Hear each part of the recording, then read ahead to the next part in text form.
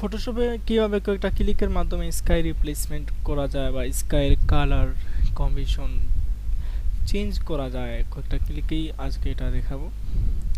ফার্স্টে আমি এটা একটা ডুপ্লিকেট লেয়ার করে নিচ্ছি।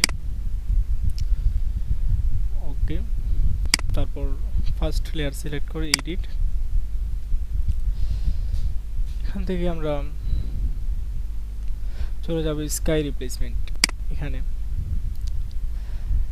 এখানে আপনাদের পিসি কনফিগারেশন অনুযায়ী সেটা লোড নেবে, তারপর তার রেজাল্টটা স্মুথলি ভাবে দেখাবে। আমরা ওয়েট করতে পারি।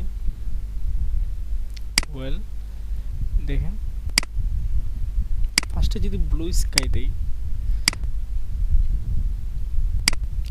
আই হোপ আপনারা ইমাজিন করতে পারছেন যে ফটোশপে কীরকম ফিচার এড করা হয়েছে।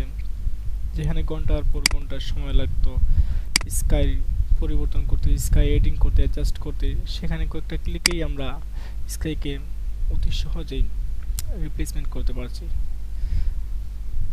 দেন আপনার ইচ্ছা মতো আপনি যেটা সিলেক্ট করার করতে পারেন।